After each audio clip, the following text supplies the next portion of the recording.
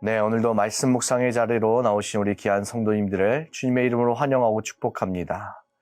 오늘 우리에게 주신 하나님의 말씀은 디모데전서 5장 1절부터 16절까지 말씀입니다. 나이가 많은 이를 나무라지 말고 아버지를 대하듯이 권면하십시오. 젊은 남자는 형제를 대하듯이 권면하십시오. 나이가 많은 여자는 어머니를 대하듯이 권면하고 젊은 여자는 자매를 대하듯이 오로지 순결한 마음으로 권면하십시오. 참 과부인 과부를 존대하십시오. 어떤 과부에게 자녀들이나 손자들이 있으면 그들은 먼저 자기네 가족에게 종교상의 의무를 행하는 것을 배워야 하고 어버이에게 보답하는 것을 배워야 합니다. 이것이 바로 하나님께서 그들에게 원하시는 일입니다.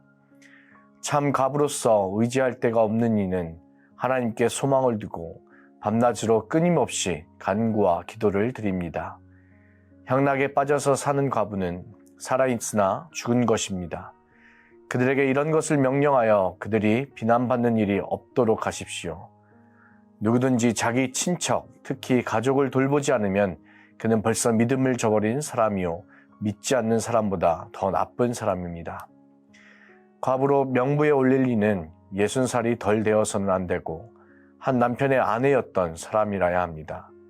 그는 착한 행실을 인정받는 사람이어야 하는데 자녀를 잘 기르거나 나그네를 잘 대접하거나 성도들을 자기 집에 모시거나 어려움을 당한 사람을 도와주거나 모든 선한 일에 몸을 바친 사람이라야 합니다. 젊은 과부는 명단에 올리는 것을 거절하십시오. 그들은 그리스도를 거슬러 정욕에 이끌리면 결혼을 하고 싶어 할 것이고 처음 서약을 저버렸기 때문에 비난을 받을 것입니다. 또한 그들은 이 집 저 집 돌아다니면서 빈둥거리는 것을 익힐 것입니다. 더욱이 그들은 빈둥거릴 뿐만 아니라 수다를 떨고 남의 일에 참견하고 해서는 안 되는 말을 할 것입니다. 그러므로 젊은 과부들은 재혼을 해서 아이를 낳고 가정을 다스려서 적대자들에게 비방할 기회를 조금 더 주지 말기를 바랍니다. 어떤 과부들은 이미 곁길로 나가서 사탄을 따라갔습니다. 어떤 여신도의 집안에 과부들이 있거든 그 여신도가 그들을 도와주어야 할 것이요 교회의 짐을 지우지 말아야 할 것입니다. 그렇게 하여야 교회가 참 과부들을 도울 수 있을 것입니다. 아멘. 우리가 흔히 교회에서 공동체를 말할 때 우리가 주님 안에서 한 가족이라는 그런 표현을 자주 사용합니다.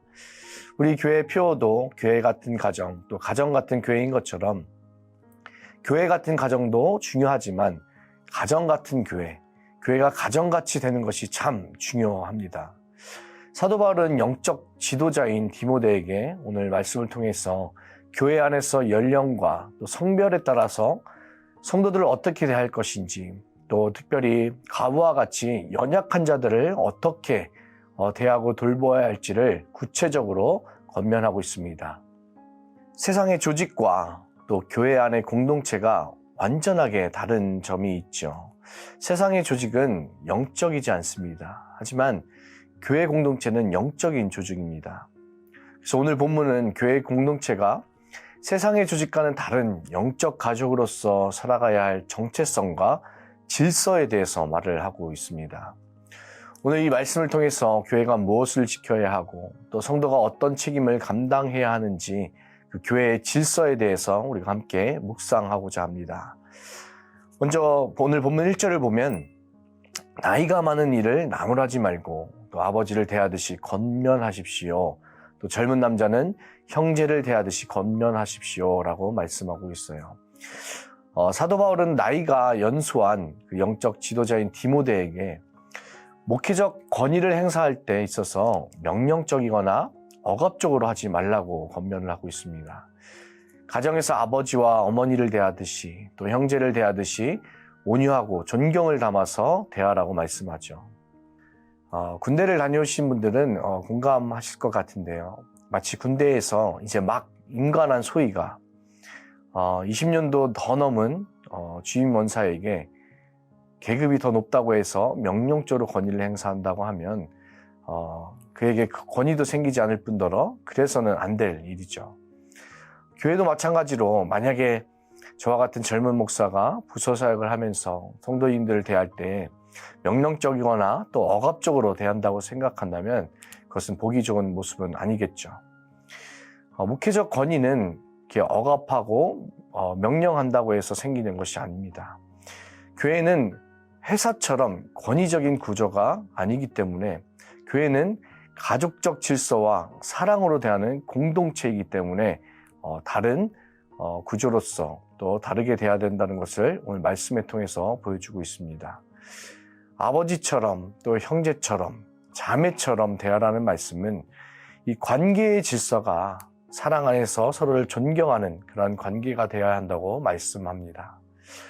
연로한 성도를 존경함으로써 또 젊은 성도에게는 겸손함으로 서로를 대하는 그런 공동체가 되기를 주님의 이름으로 간절히 축원합니다. 오늘 두 번째로 교회가 무엇을 해야 하는지 또 오늘 본문에서 말씀하고 있습니다. 오늘 본문 3절을 보면 참 과부인 과부를 존대하십시오 라고 말씀합니다. 여기서 참 과부는 단순히 남편이 없는 그런 여자를 말하기보다 가족의 보호도 받지 못하는 그런 실제적으로 돌봄이 필요한 대상자를 말합니다. 교회에 많은 어려움을 처한 사람들이 있습니다. 교회는 영적인 공동체이기 때문에 그런 돌봄이 필요한 이들을 위해서 우리가 함께 기도하고 또 실질적인 도움을 필요로 하는 사람들을 우리가 도울 수 있어야 합니다. 그런데 오늘 말씀에서 무조건 다 돕는 것이 아니라 어떤 대상을 돌봐야 할지 그 질서에 대해서 말하고 있습니다. 오늘 본문 4절에서 과부에게 자녀들이나 손자들이 있으면 그들이 먼저 보답하라는 명령과 함께 먼저 가정이 책임을 질 것을 말하고 있어요. 8절에서도 가족을 돌보지 않으면 믿음을 저버린 사람이요 믿지 않는 사람보다 더 나쁜 사람이라고 말합니다. 가장 먼저 가정이 책임을 다하고 이것이 하나님께서 원하시는 것이라고 말씀하고 있어요. 그리고 또 하나의 질서를 말하는데요. 10절을 보면 착한 행실을 인정받아야 하고요. 또 자녀를 잘 기르거나 어려움을 당한 사람을 도와주거나 그 외에 여러 가지를 말하고 있죠. 한마디로 덕이 되는 사람을 말하고 있습니다. 교회가 돕는 사람은 덕이 되고 또 신앙의 열매를 갖춘 사람이어야 된다고 말씀하고 있어요.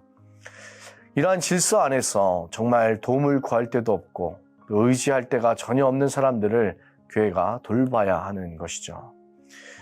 교회가 필요를 가진 이들을 잘 구별하여서 내 가족처럼 주님 안에서 진심으로 돌봐야 할 것입니다.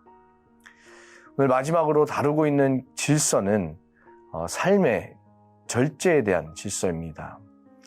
바울은 11절부터 13절까지 젊은 과부의 말과 게으름에 빠지는 것을 경계하면서 가정을 이루어 복음에 부끄러움 없이 없게 하라고 권면하고 있습니다. 사도 바울은 이 말씀을 통해서 우리에게 복음을 위해서 삶의 절제를 이루라 이렇게 말씀하고 있는 거예요. 나의 말과 행실로 인해서 다른 성도가 시험에 들지는 않을지 또 경계하라는 것입니다. 우리가 할 수 있는 것들도 많고 또 하고 싶은 것들도 많이 있죠. 그런데 그것들이 복음을 방해하지는 않는지 우리가 잘 생각해 봐야 합니다. 오늘 말씀을 통해서 내 삶의 질서가 복음을 전하는 통로가 되고 있는지를 묵상하는 그런 시간이 되기를 바랍니다. 사랑하는 성도 여러분, 하나님이 세우신 교회는 세상의 어느 조직과는 다르게 영적인 공동체입니다. 주님 안에서 한 가족이라는 것처럼 피를 나눈 혈육의 가족보다 그리스도의 피로 맺어진 그런 영적 가족이 더 참되고 진정한 가족이 될 수도 있습니다. 예수 그리스도의 피로 맺어진 이 언약 공동체로서 우리는 서로를 존경과 사랑으로 대해야 합니다. 또 가정 안에서 각자가 주어진 책임을 다하는 것처럼 우리 각자가 하나님 앞에서 주어진 가족의 책임을 다하고 또 교회는 질서 있게 연약한 자들을 섬길 때에 세상은 우리 안에 살아계신 하나님을 보게 될 줄로 믿습니다. 오늘도 나는 교회를 하나님 안에서 가족으로 사랑하고 있는지, 또 내 가족을 돌보면서 복음을 실천하고 있는지, 또 교회의 질서와 사랑을 세우는데 동역하고 있는지 오늘 말씀을 통해서 하나님 앞에 나아가는 시간이 되시기를 주님의 이름으로 축원합니다. 기도하겠습니다. 사랑의 하나님 감사합니다. 우리에게 사랑할 수 있는 공동체를 허락하여 주심을 감사드립니다. 먼저 우리에게 맡기신 가족들을 하나님 사랑으로 돌보게 하시고 또 그리스도의 피로 맺어진 교회 공동체를 우리가 진정한 가족으로 여기며 섬길 수 있는 마음을 다하여 주시기를 원합니다.